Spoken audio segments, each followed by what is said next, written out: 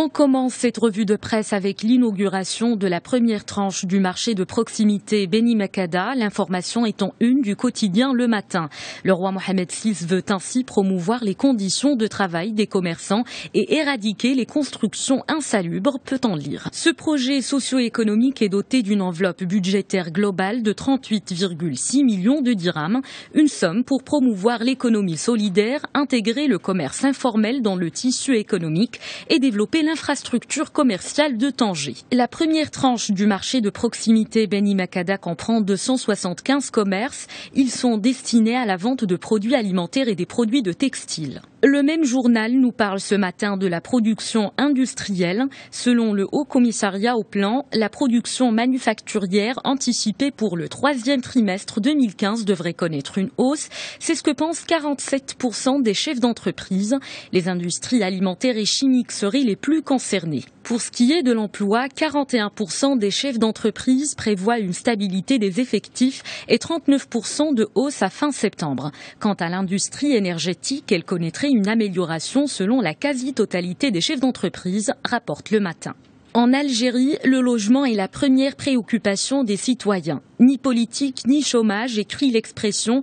Une grande partie de la population a mis ses espoirs dans les différents programmes de logement. Seront-ils réalisés par le ministère de tutelle? La question est sur toutes les lèvres dans le pays. Le désespoir est de mise, notamment chez les souscripteurs ADL de 2001-2002, qui ne voient rien se profiler à l'horizon malgré les promesses du ministère de l'Habitat, de l'Urbanisme et de la Ville, commente l'Expression. Dans un contexte de crise, quelques 700 000 Algériens comptent beaucoup sur le gouvernement pour accéder à un logement décent.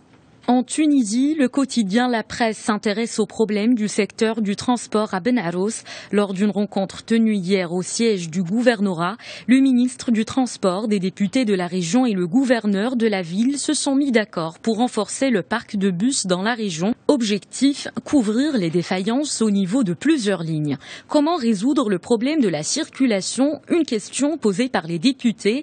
Pour le ministère du Transport, il faut d'abord élaborer un plan directeur pour améliorer la fluidité de la circulation qui n'est pas la seule préoccupation des habitants de Ben Arous. Ils appellent également à accorder plus d'importance à la voie ferrée. Le Monde s'intéresse au dossier syrien et plus précisément aux positions de Moscou et Washington. Le président américain Barack Obama a condamné le soutien de la Russie à Bachar al-Assad. Le président russe Vladimir Poutine, lui, a défendu son allié syrien. Il a beaucoup insisté sur la menace de l'organisation État islamique pour appuyer son discours à l'Assemblée générale de l'ONU. Les deux présidents se sont entretenus en tête-à-tête par la suite après une poignée de main glaciale, commente Le Monde. C'est leur première rencontre depuis juin 2013. La crise ukrainienne et les sanctions américaines adoptées en matière de rétorsion ont gelé toute nouvelle rencontre. Pour sa part, le président français François Hollande n'exclut pas une no-fly zone pour protéger les réfugiés, titre Le Parisien. Une zone d'exclusion aérienne consiste à interdire le survol aérien d'un secteur et à déployer les moyens nécessaires pour faire respecter cette interdiction.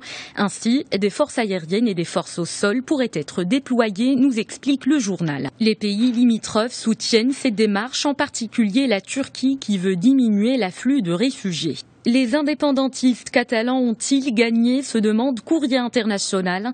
Les deux formations politiques favorables à la sécession de la Catalogne obtiennent la majorité absolue, mais n'arrivent pas aux 50% des votes, écrit le journal.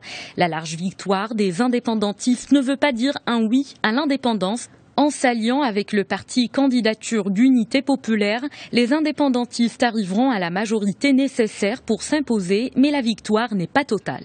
Et les froides et très salées, mais de l'eau liquide coule sur la planète rouge, se réjouit Libération. Une annonce fracassante de l'agence spatiale américaine. Le service de communication de la NASA a fait du teasing durant une semaine. Un mystère de Mars résolu, a-t-il publié sur Twitter.